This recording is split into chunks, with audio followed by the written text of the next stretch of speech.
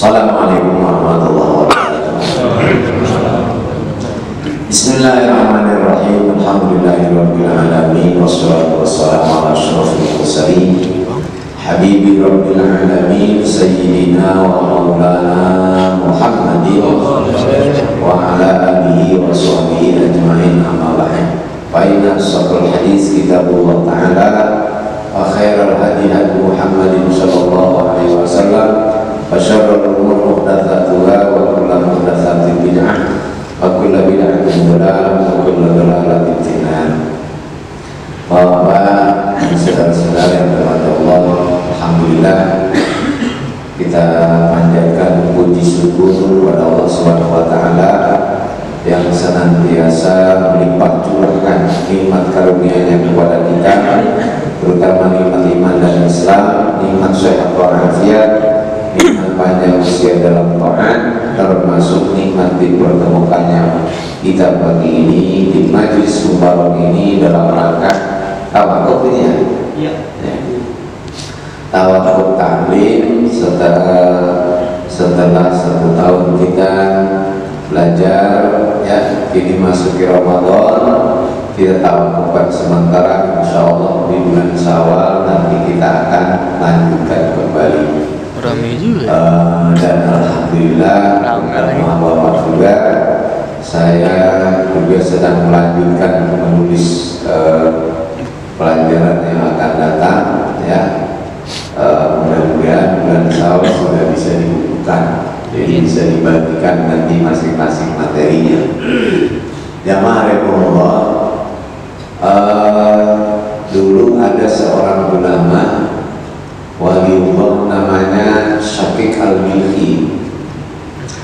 Ini muridnya Imam Muhammad Shibli. Ya, Imam Muhammad Shibli ini satu litik dengan Syekh bin Mansur Al-Hallaj yang mempunyai ini apa namanya teori dalam ilmu tasawuf, yaitu Wihdatul Wujud, manunggaling kaula gusti, yang kemudian diikuti ajaran beliau ini oleh Syekh Siti Jenar di Jawa ya. Syekh Siti Jenar atau lemah abang, ya sama aja ya. Siti itu lemah, Jenar itu abang ya. Jadi kalau lemah abang bahasanya kasar, kalau Siti Jenar bahasa halusnya. Beliau ini pernah bertanya begini kepada muridnya, Syakir, sudah berapa lama kamu ngaji sama saya? 30 tahun katanya Syekh. Kemudian 30 tahun kamu belajar itu sudah dapat berapa ilmu? 1 katanya Syekh. Jadi 30 tahun kan ngaji dapat 1 ilmu. Bapak setahun aja yang ngaji di sini bulan apa ilmunya? Nggak gitu ngajinya. Artinya banyak banget kita. Ini 30 tahun cuma dapat ilmu 1. Wajarlah kalau kemudian gurunya ini kecewa ya. Tapi karena beliau ini seorang ulama yang nggak sembarang memvonis. Sebab kan banyak sekarang ini namanya kiai gampang memvonis ya. Jadi nggak begitu saja kecewa ya.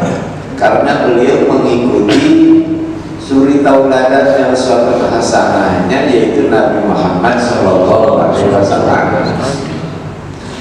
Rasulullah Sallallahu Alaihi Wasallam itu sudah memberitahukan kepada umatnya bahwa tidak ada sholat sunnah sesudah sholat subuh, sesudah sholat subuh sampai terbit matahari, sesudah asar sampai terbenam matahari, atau satu lagi ketika matahari pas berada di garis bujur ya.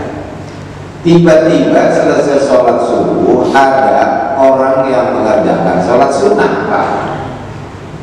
Nah ini kalau bukan Nabi itu barangkali dari Takboro itu kan sudah saya bilang nggak ada sholat sunnah ya. Sudah subuh tapi karena Nabi itu orangnya bijak, hati-hati sekali, maka beliau tunggu sampai selesai sholatnya. Begitu selesai ditanya oleh Rasulullah, "Ma'atanya rakaat ini 2 rakaat apa saudara?" kata Nabi. Lalu orang itu menjawab, "Rasul, katanya tadi saya datang agak terlambat, jadi belum sempat qobliyah subuh, sudah iqomah. Nah, karena itulah sekarang saya dikerjai qobliyah subuh." Dan Rasulullah diam aja, Pak. Berarti perbuatan orang itu benar, ya. Nah, itulah pelajaran yang dipetik oleh Imam Ahmad Syibli, ya. Gak gampang menyalahkan dulu ketika melihat orang melakukan perbuatan yang mungkin ini perbuatan keliru, gitu tuh, ya. Makanya tempo hari kan saya katakan, enggak, ya, rame-rame terjadi ketika ada anak nendang sesajen, ya. Ya itu perbuatan itu mungkin salah, mungkin nggak salah. Nah, kalau jadi semangatnya anak bagus, tapi saya nggak ditunjang dengan ilmu, ya, akibatnya ramai di medsos. Nah, ini tandanya pakai ilmu enggak, Pak. Dan juga kalau kenapa saya katakan seandainya ditunjang ilmu, ini kalau kejadiannya di Jakarta barangkali ada masalah, Pak. Tapi ini adanya di mana, wilayah mana? 13 tahun Nabi dakwah di Mekah. Ya, sholat pada tahun ke-11 kenabian mulai ada diwajibkan sholat. Nabi sholat menghadap Ka'bah, di Ka'bah itu di luar Ka'bahnya, di dalam Ka'bahnya isinya berhala buku, Pak. Ya, berhala itu kan namanya mungkar, Pak, kemungkaran. Bahwa Nabi hijrah ke Madinah tahun ke-7 Hijriah, itu Nabi melaksanakan umroh dengan 1.400 sahabat. Banyak tuh 1.400 sahabat. Di waktu umroh itu kan tawaf, Pak, ya. Habis tawaf nanti ada sholat sunnah di belakang makam Ibrahim. Kemana menghadapnya Nabi? Ke Ka'bah sujudnya, ya. Ya sujudnya bukan ke Ka'bah, kiblatnya ke Ka'bah, ya. Di luar Ka'bah, di dalam Ka'bah berhala semua, itu isinya 360 berhala berarti. Itu kemungkaran. Apa ada berhala yang ditendang sama Nabi? Enggak ada, Pak, ya. Enggak ada yang ditendang, dirusak sama sahabat. Kenapa? Apa Nabi itu ridho dengan kemungkaran? Ini tentu saja dia lebih mungkar dari yang dilakukan di Jawa di sana. Lebih mungkar, tapi Nabi tidak melakukan. Padahal Nabi sendiri mengatakan, "Man ra'a minkum mungkaran falyughayyirhu biyadihi." Barang siapa yang melihat kemungkaran, merubah kemungkaran itu dengan kekuasaannya. Pada saat itu Pak, Nabi belum memiliki kekuasaan. Itu tuh, belum memiliki kekuasaan. Thailand dan Serbia kalau nggak sanggup, nggak bisa dengan kekuasaan karena belum dimiliki, fabilisani, robah dengan ucapan. Nah ini kalau dengan ucapan tidak bisa, fabiqalbi, kata Nabi, hati kita nggak suka, hati kita nggak ridho dengan perbuatan itu, tapi tidak bertindak apa-apa.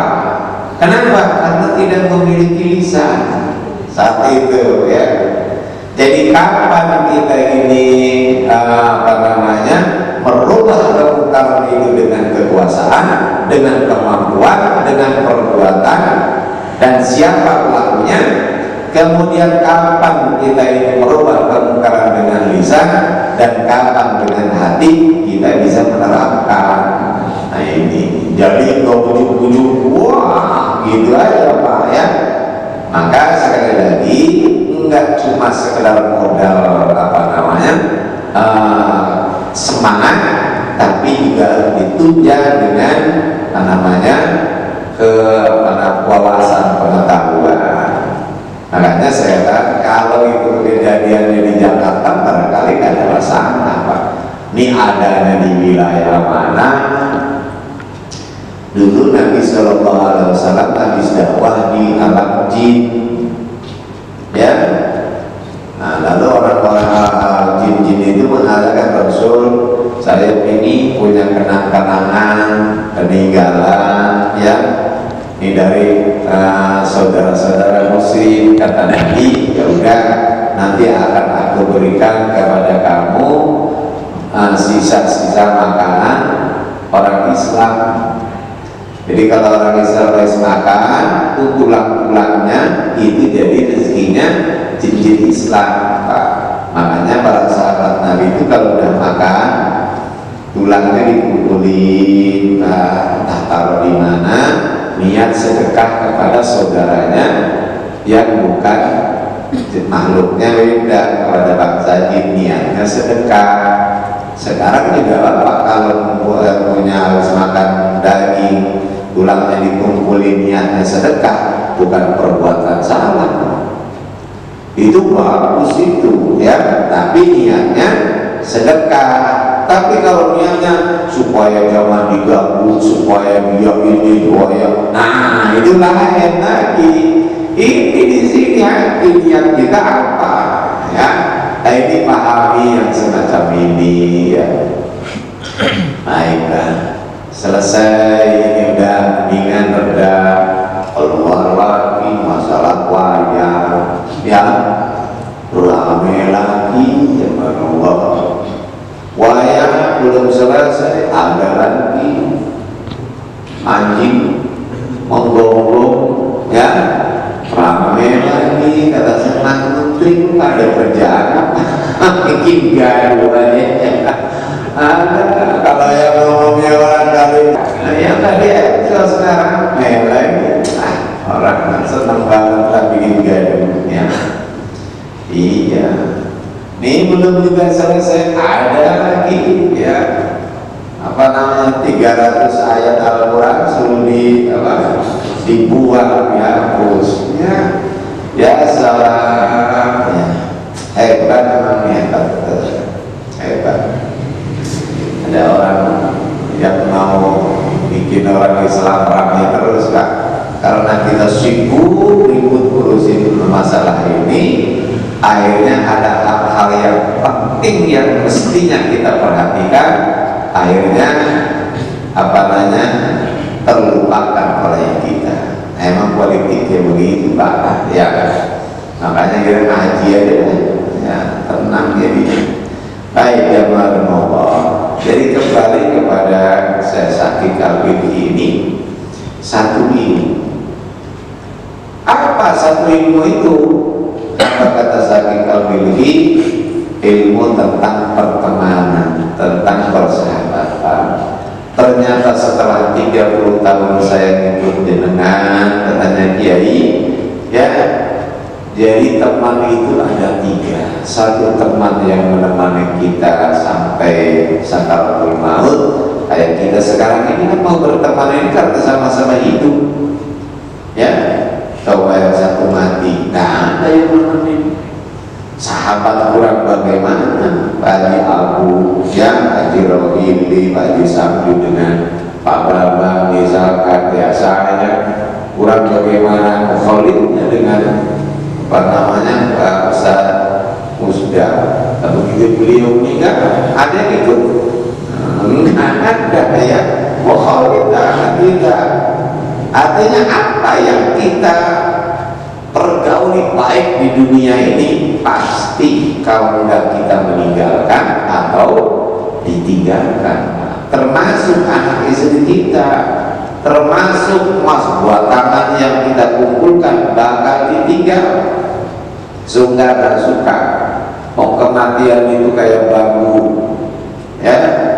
Kata orang tua saya, itu kematian itu kayak bambu.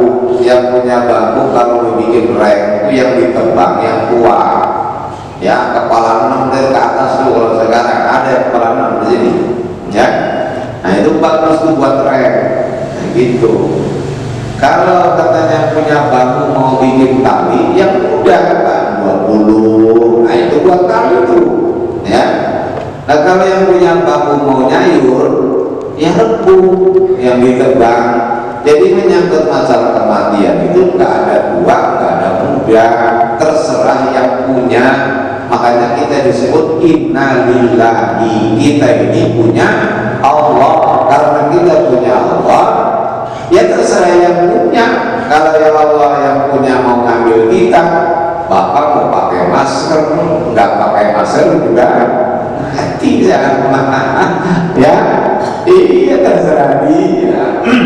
Orang wah luar biasa pak, nama disiplinnya dengan maskernya ini malah matinya duluan daripada yang enggak. Tapi banyak juga yang enggak pak, ya itu kepala pak. Kita nggak usah bingung masalah itu, bukan baru orang mati itu dari zaman dahulu. Semua manusia, wong Nabi aja mati, ya. Rasul aja kekasih Allah wafat ya. Itu orang paling kaya di Kuwait kan. Ya Allah, saya lihat itu di YouTube-nya, emas batangannya, permatanya, wah segala macam ya, duitnya udah dolarnya, dinarnya. Ya Allah, kata saya ini musibah banyak, dan begitu mati ditinggalin buat anaknya, buat lakinya. Iya, lakinya kawin lagi. Wah asik banget. Tuh gua yang ngumpulin, katanya dia yang apa? Iya, ini juga begitu kok. Beli berlawak rokok, banyak pemati kumpulin di rumah, taruh di lemarinya. Begitu mati lakinya kawin lagi, belakangnya dipakai sama bini. Kata yang dikubur, gua yang ngumpulin, dia yang pakai. Pak, ya namanya apa kan begitu, nggak tahu bisa manfaat atau tidak ya. Yang kedua adalah teman yang menemani sampai ke pinggir kuburan, antar sampai sana. Makanya kata Nabi yang dua balik lagi ya, apa yang dua itu, harta kita, kendaraan kita, anak istri kita, antar sampai sana. Begitu kita dimasukin ke dalam kuburan, nggak ada teman yang ikut. Nah yang ketiga adalah teman yang menemani kita sampai ke dalam kuburan. Itulah katanya teman yang terus saya upayakan untuk saya perbanyak, teman yang ketiga ini. Itulah amal soleh kita ya. Yang kita nggak tahu ya Allah. Mudah-mudahan ya kita dipanjangkan umurnya dalam taat, bukan cuma panjang aja ya, panjang dalam taat. Sebab kata Nabi ya, khairun nas man tala umruhu wa hasuna amaluhu. Orang yang terbaik itu, orang baik itu orang yang umurnya panjang, amalnya baik. Sebaliknya orang paling buruk itu orang yang umurnya panjang, amalnya jelek. Umurnya panjang, amalnya kosong, itu yang jelek. Makanya jangan sampai jadi yang kedua. Jadi yang pertama umurnya panjang, amalnya baik ya. Nah ini selanjutnya jamaah Allah, menjelang memasuki bulan Ramadan ya, Rasulullah SAW itu berpidato,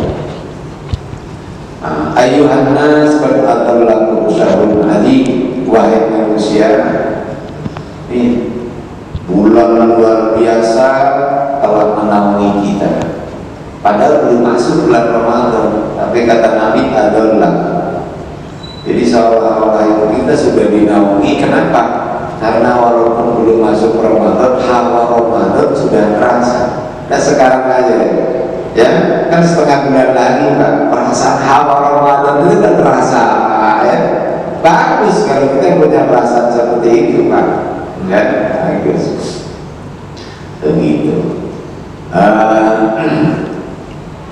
Jadi bulan Ramadan itu oleh Nabi disebut Syahrul Hadi.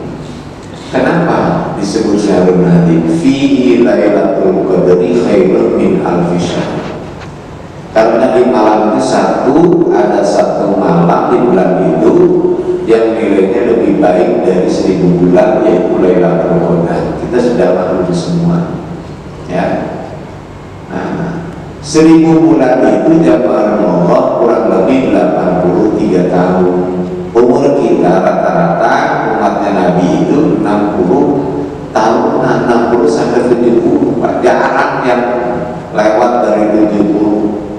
Itu kalau udah 70 masih hidup, bonus kan dari Allah, ya, udah bonus, ya, kayak Pak Haji Abu, ya, nah ini udah kasih bonusnya, yang nggak banyak sih, ya adalah gitu bonusnya, ya, ada bonusnya. Karena dalam hadis kalau orang sudah umur 80 70, Pak Allah malu mencatat amal jeleknya. Kenapa? Oh, dari kecil masih amal ibadah, dulu udah 70 tahun masih dikasih itu, Allah malu mencatat amal jeleknya. Jadi yang ditulis cuma amal baiknya aja, ya.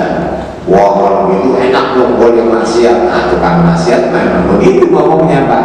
Ya, kalau orang gak maksiat malu, Pak, ngomong begitu. Kenapa? Dia bersyukur kepada Allah, ya. Nabi Muhammad kan dosanya sudah diampuni semua, Pak. Kalau untuk berdosa, seandainya Nabi Muhammad berbuat dosa, itu sudah ada titiknya dibuat oleh Allah disiapin.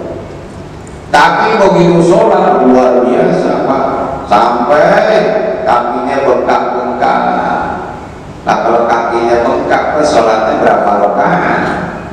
Gak mungkin, Pak, sholat 8 rakaat kakinya bengkak, ya. Kita aja yang 20 rakaat, ayo, bengkak nggak kakinya? Enggak. Apalagi 8 rakaat, nggak mungkin kakinya bengkak. Berarti banyak nih Rasulullah sholatnya. Maka kata Siti Aisyah, Rasulullah, dosamu kan sudah diampuni, dosa yang dahulu, dosa yang akan datang kalau berbuat, diampuni. Tapi kok begini amat ibadah? Kenapa? Apalah aku nak dan syukur. Apa enggak boleh aku ini jadi hamba yang bersyukur, yang syakur, ya.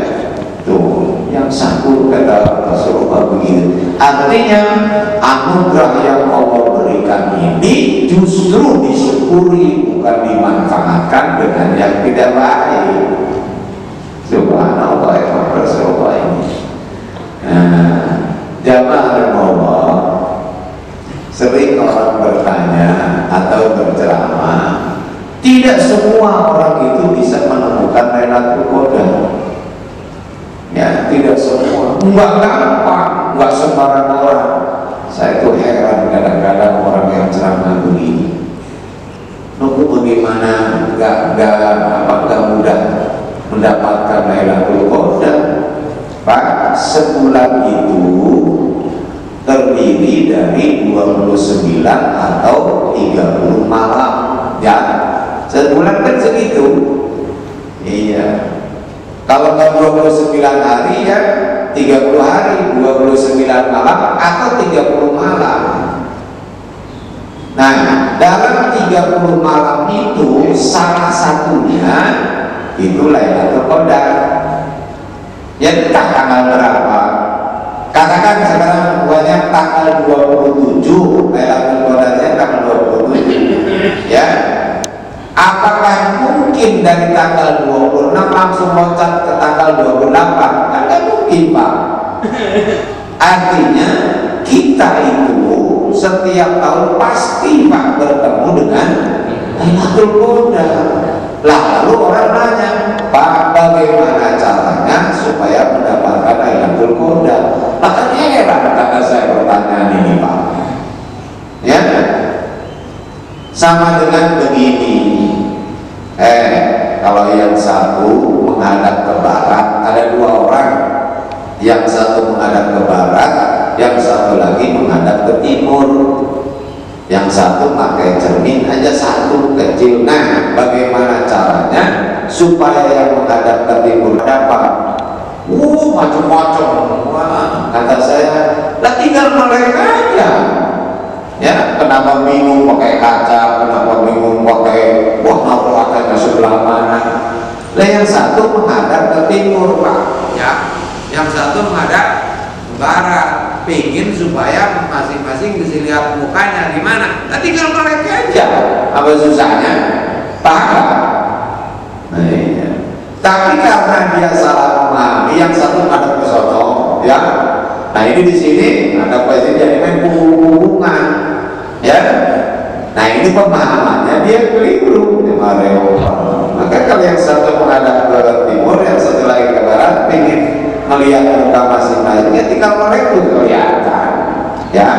Nah, ini ingin ketemu Lailatul Qadar, bagaimana caranya? Nah, diem aja udah, yang penting hidup di bulan Ramadan, pasti ketemu Lailatul Qadar, Pak. Makanya kalau Bapak ditanya sekarang, kamu Udin pernah ketemu Lailatul Qadar? Alhamdulillah, tiap tahun saya ketemu. Itu aja jawabnya. Nah, bingung amat Bapak, ya. Iya. Waktu itu lagi ngapain itu? Pas Lailatul Qadar tanggal berapa? Pak tahu tanggal berapa? Yang jelas, ya, satu malam di Ramadan Lailatul Qadar, dan saya hidup di bulan Ramadan, berarti saya ketemu dengan Lailatul Qadar. Tanggalnya tanggal berapa saya nggak tahu. Lalu lagi ngapain? Nah, itu Pak, yang kita nggak tahu lagi ngapain. Kalau pas malam itu kita lagi berantem, ya berantemnya lebih baik daripada berantem selama 1000 bulan. Itu kalau malam itu tidur semalam suntuk, berarti wanamu khairun min alfi syahrin. Itu tidurnya lebih baik dari tidur selama 1000 bulan. Begitu ya. Terserah kita mau ngisi dengan apa. Nah, yang menariknya saya sampaikan dalam khutbah, saya Habib Qasim Junaidi Al-Baghdadi mengatakan, bagi kalian Lailatul Qadar itu cuma satu kali dalam setahun, tapi bagi kami, ya, Lailatul Qadar tiap malam. Subhanallah. Ya, ini kan kalimat kontroversial, Pak. Kalau yang ngomongnya Abu Janda, kita nggak pikirin, Pak. Ngomong apa kayak dia? Mau benar dengan nggak benarnya juga sama ini, ya. Nah, ini yang ngomongnya apa? Ulama besar waliullah. Maka kalau seperti itu jangan disalahin.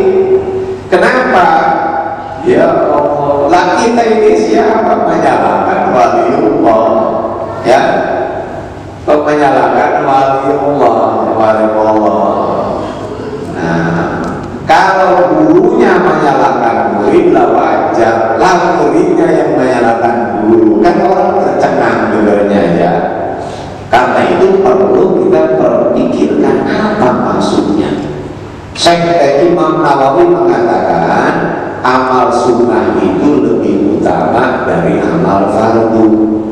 Ini imam Pak, jangan wah itu imam geblek. Nah, jangan dulu begitu Pak. Yang dimaksud apa? Nih, jangan bahwa kalau orang sholat fardu, ya, orang kalau sholat fardu kata Nabi pasti dia berhak mendapatkan surga. Nah, karena mendapatkan surga, maka orang ketika melakukan fardu boleh jadi alasannya karena mengharapkan ridho Allah, boleh jadi karena ingin diselamatkan dari neraka, ingin masuk surga. Tapi kalau orang sholat sunnah, Pak, enggak sholat sunnah kan enggak menyebabkan orang masuk neraka. Maka orang kalau sholat sunnah, mesti motivasinya yang mendorong dia sholat sunnah bukan ingin dari selamat dari neraka. Nah, ini yang dimaksud adalah amal sunnah itu lebih utama dari fardu. Niatnya mesti lebih baik sunnah daripada fardu. Karena bukan ingin masuk surga, bukan karena ingin selamat dari neraka. Beda dengan itu yang disebut sepi pamri ramai gawe. Ya, hai kemarin Allah. Jadi kata beliau, Pak, nih kita kalau nanti malam Lailatul Qadar, ya, saya yakin ada yang tidur sampai pagi kita ibadah terus, sholat baca Quran. Kenapa? Karena lebih baik dari 1000 bulan. Itulah semangat Lailatul Qadar. Nah, kita ini mau ibadah semalam suntuk karena Lailatul Qadarnya, karena khairun min alfi syahrinnya. Tapi kalau orang kayak Imam Abdul Qasim Junaidi al-Baghdadi rahimahullah, semangat itu enggak karena Lailatul Qadarnya, Pak. Jadi semangat Lailatul Qadar itu dia akan diwujudkan juga di malam-malam lainnya. Semangat ibadah dia malam begitu. Ya, kita masuk bulan Rajab, rame-rame baca Rabbi firli wa Rabbi firli wa liwalidayya wa tub alayya. Istighfar diperbanyak di bulan Rajab. Begitu Rajab selesai, istighfarnya selesai pula. Masuk bulan Syawal, sholawat berbanyak. Habis bulan Syawal, sholawatnya habis juga, apa? Masuk Ramadan, 20 rakaat tarawihnya, ya, witirnya minimal 3 rakaat. Begitu Syawal, hilang lagi 20 rakaat dan 3 rakaatnya. Kan kita begitu jamaah. Kalau siapa namanya Abdul Qasim jamaah, itu istighfar itu kan dipengaruhi oleh bulan Rajab. Mau Rajab ke bukan Rajab, istighfarnya jalan terus. Minimal Rasulullah itu sehari minimal setiap harinya istighfar 70 kali. Enggak dikatakan istighfarnya Rasul itu di bulan Rajab, tidak, Pak. Minimal setiap hari 70 kali. Mau Rajab ke bukan Rajab. Nah begitu juga Pak sholawat. Jadi di bulan Rajab ya istighfar, ya sholawatnya juga, ya 20 rakaat dan 3 rakaat sunahnya juga tetap dilaksanakan. Nah ini namanya semangatnya. Jadi bukan Lailatul Qadarnya, itu yang dimaksud oleh beliau. Bagi kalian Lailatul Qadar itu setahun sekali, bagi kami setiap malam. Jamaah Allah, Al-Imam Al-Ghazali rahimahullah mengatakan orang yang fisiknya jauh dari Baitullah tapi hatinya di depan Baitullah itu lebih baik daripada orang yang fisiknya di depan Baitullah tapi hatinya jauh. Kenapa?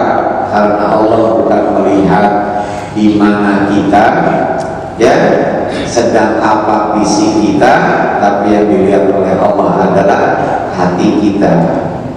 Makanya ketika ada yang mengatakan begini, Allah itu kayaknya menganak emaskan orang Arab. Loh, kenapa kata saya Allah menganak emaskan orang Arab? Allah itu maha adil, gak ada yang dianak emaskan, ya. Bagaimana tidak ada yang usah, ya. Satu kali sholat di Masjidil Haram itu lebih baik daripada sholat di Al-Hidayah 100.000 kali.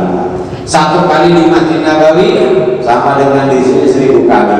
Coba, di sana cuma 1 kali, di sini harus 100.000 kali. Apa itu bukan menganak emaskan orang Arab?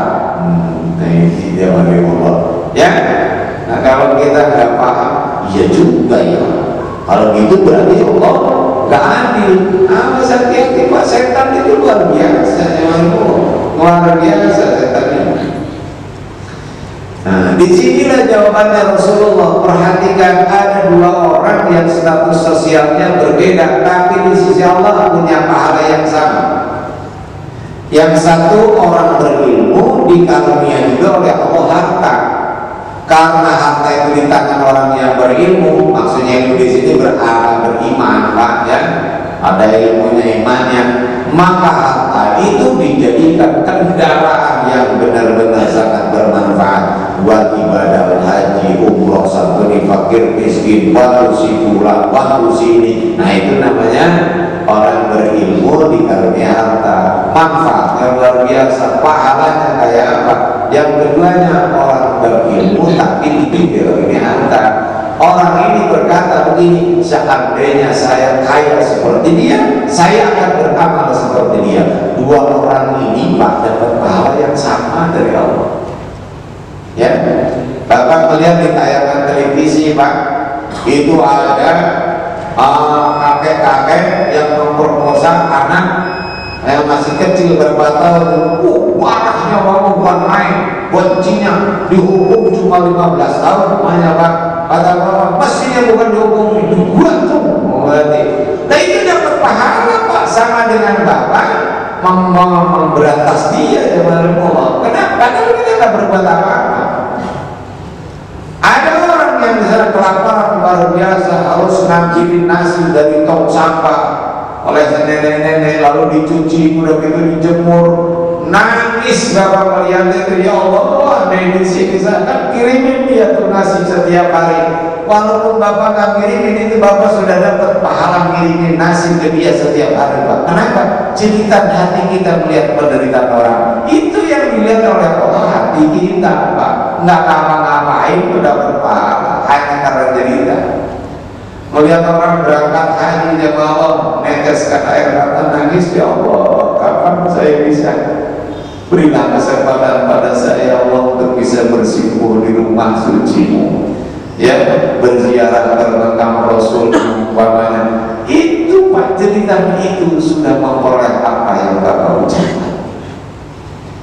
Nah begitu juga biar kita sholat di sini, kita bisa memperoleh pahala sholat di Masjidil Haram, memperoleh sholat di pahala sholat di Masjid Nabawi. Tinggal bagaimana hati kita.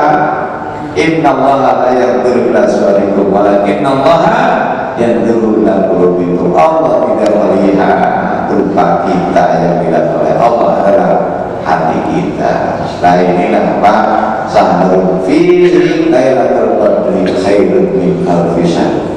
Maka mudah-mudahan Allah Subhanahu wa taala selalu berikan kesehatan ya kepada kita semuanya, taufik dan hidayah ya, dan kita bisa mengisi malam-malam orang dengan semua ibadah yang baik buat bekal kita kepada Allah Subhanahu wa taala.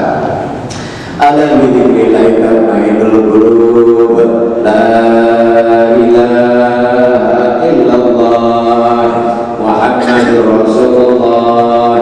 La ilaha illallah Muhammadur Rasulullah. La ilaha illallah Muhammadur Rasulullah. La ilaha illallah. La ilaha illallah. La ilaha illallah. La ilaha illallah. La ilaha illallah. Allah Allah Allah Allah Allah Allah Allah Allah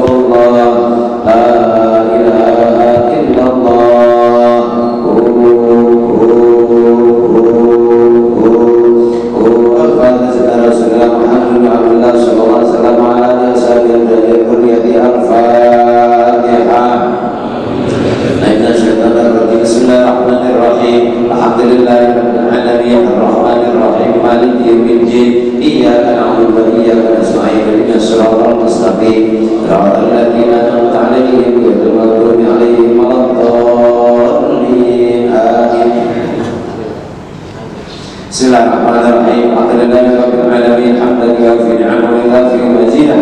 Ya Rabbana la tahmil kama yanbaghi li jalali wajhikal karim wa 'azimi sultanik. Subhanaka la nuhsi thanan 'alaika anta kama asnayta 'ala nafsik.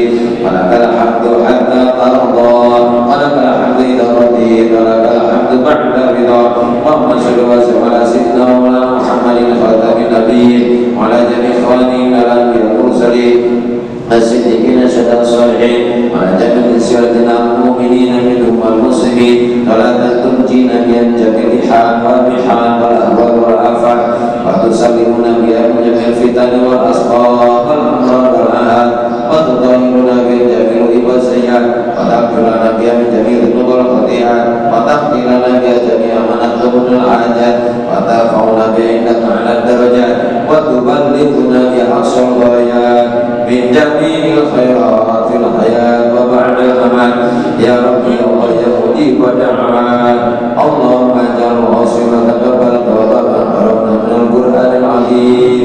ma astaghfarna wa ma hallalna wa ma sabbahna wa ma sabbahna wa hamidna wa ma sallaina ala nabiyyika Muhammadin sallallahu alaihi wasallam hadiyatan minna wasilah wa barakatan syamilah wa sadaqatan mutaqabbalah la nudiya ila al-sirina wa habibina Muhammadin sallallahu alaihi wasallam wa ala alihi wa sahbihi azwaji wa dhurriyyati wa laibati thumma ila rabi abai ikhwanina al-anbiya wal mursalin wal khulafa'ir rasyidin washabati wa tabi'in wa hikmatil arba'in al-mujahidin wa muqallidin wa awliya syahadat salihin wa sufiyatil muhaqqiqin wa ulamil amilin wa masyayikhina fid din thumma ila rabbil aliyah wa asma'i ta'ala sadatina al-alawiyyin thumma ila ulama wa salihin sufiyatil muhaqqiqin sultan al-awliya maulana sayyidina Abdul Qadir Jailani Asy'arul Qasim Junaidi al-Baghdadi wa Syekh Hasan Ali bin Abi al-Syadili wa Syekh Abdullah Basharani wa Syekh Fadl bin Hasan al-Busairi wa Syekh Yazid al-Bustami wa Syekh Ahmad bin Abdullah Sakandari Asyik Sayyid Nasr al-Alad Asyik Sayyid Sulan al-Bahani wa Syekh Muhammad al-Ghazali Jami' Awliyat Islam Awliyat Ta'ala fi Jakarta wa usulihim wa farin summa ila arwaqi ulama summa ila arwaqi masyayikhina fiddin Kamsan bin Abdurrahman Ekomedah Allah Irfan Adilus al-Jadiyati Rais Isyafi al-Dami wa Rizal Akbar Jaminatin Aduddin Ulama Yashim Asyari wa Rizal Akbar Jaminatin Muhammadiyah Ahmad Dahlan wa Al-Qawi Markalan wa Usulihim wa Furu'im Suma ila wahi ababina wa ummatina wa dalina wa jadatina ikhwanina wa akhwatina amamina wa ahmadina wa alina wa alatina wa akribaina wa asribaina wa hakum alaina Zuzan dari Bapak Haji bin Haji Rasid Ajanwar bin Binti Jadid Bapak Walgiran bin Harja Fakira Ibu Suyatmi binti Haji Wijaya wa Ibu Aisyah binti Satibi wa Fatimah bin Soma Haji Nurdin bin Haji Muhammad Haji Munawara binti Haji Rahman Bapak Badil bin Ulan Ibu Masjid binti Rusin Haji Sami bin Haji Asman Bapak Ma'ayati bin Haji Mamin Bapak Wiratna bin Muhammad Tasir Pak Haji Raya binti Muhammad Aslam Ibu Ruwaila binti Tajudin Abdul Halim Haji Muhyiddin Ibu Rohana binti Undong Hajar Alimah binti Haji Sarmili Haji Sarmili bin Dando Busri Haji Samad bin Tape Haji Abdullah bin Yai'ad Haji Rosin bin Haji Grin Haji Samil binti Abak Bapak Abu Bakar Parinduri bin Muhammad M. Dalil Parinduri Ibu Sita Aisyah Bapak Asyah Daulai binti Jaboran dan Daulai Usuli wa Furaiwa Ja'ubra binti Dibra Haji Sidam bin Haji Islam bin Haji Silan Haji Atman bin Bapak Ansar Ibu Rahma binti Bapak Kiran Bapak Sukaya bin Bapak Kursi Usuli wa Furai Subila Rohi Suparjo bin Ma'ruf Wadanti Setio Ningrum binti Daud wa Haji Ahmad bin Dato Kini Haji Aminah binti Dato Simin Haji Sari bin Salim binti Pacitra Haji Suparni binti Desa Tirta Sentana Ibu Ijis Sultansi binti Haji Buroli wa Ibu Surati binti Haji Ibrahim Haji Jani binti Tong Bapak Sapri bin Tong Ibu Jami'ah binti Haji Abi Ibu Siti Zuhriyah binti Muhammad Sudi Bapak Lukman Nur Hakim bin M.Y. Simatubang Bapak Sukono bin Sumo Wijo Puyono Asman bin Amsar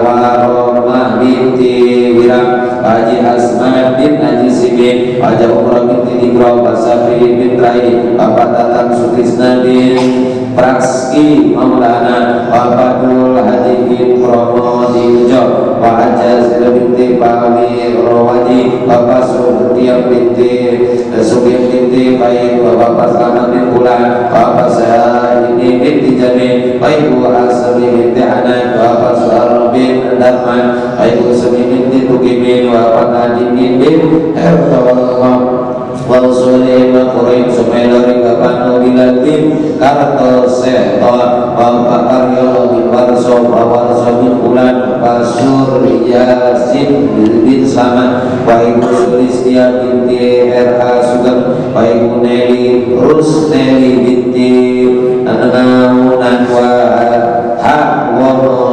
Semenawi bin Romawi Tipo, wa Jaminan binti Amadarin, wa Bapak Abdul Kazik bin Habas, wa Abdul Khair bin Matamin, wa Haji Julius Syukur bin Julius Topan, wa Haji Anan Bustani Syar bin Syarun Rasid, wa Bapak Muhammad Priai bin Haji Yayan Mulyana, wa Ibu Siti Fatimah binti Haji Yayan Mulyana, wa Usuli wa Farid Malur Abdikal Bagi Rabi Aulid Manabi Rafi Ahmad bin Jalil Munifan, Malur Rahmatikal Bagi Rabi Hasan binti Mahmud yang Rahim, wa Raja Amiyah wa Jajali Haji Kaiman bin Dele, wa Haji Mani binti Gimon, wa Haji Aminah binti Aiman, wa Jayatul Alim bin Ahmad Rasulih wa Furih, wa Jami Ahmad Yajal Balan Muslimina wal Musliman wal Mu'minin wal Mu'minat, Allahumma qudhum min dikil khur wa qarar'iduhu ila jannatil khulud fi sidrin mahdud wa kalhim mamdud ma'al muqarrabina syuhud wa ruk'i sujud al-mufina bil-hud ya ghafur ya wadud. Allahumma barik lana fi hayatina wa tawil amarana fi ta'atik, Allahumma ij'alna wa dhurriyyatana wa ahlana wa talamidatana wal hadirina ajma'in min awliyaikal muttaqin wa hizbikal muflihin wa ibadikal sholihin, wa ja'alna min as-sabirin asy-syakirin min ahlil Qur'anil azim, wa ja'alna hudatan muhtadin wa ahdina fitna ila siratal mustaqim. Allahumma ahyina muslimin wa amitna mu'minin wa adkhilna jannata ma'as solihin bi rahmatika ya arhamar rahimin. Rabbana atina fid dunya hasanah wa fil akhirati hasanah wa qina adzabannar. Wa sallallahu ala sayyidina Muhammadin wa ala alihi wasallam tasliman katsira. Subhana rabbika rabbil izzati amma yasifun wa salamun alal mursalin walhamdulillahi rabbil alamin. Assalamualaikum warahmatullahi wabarakatuh.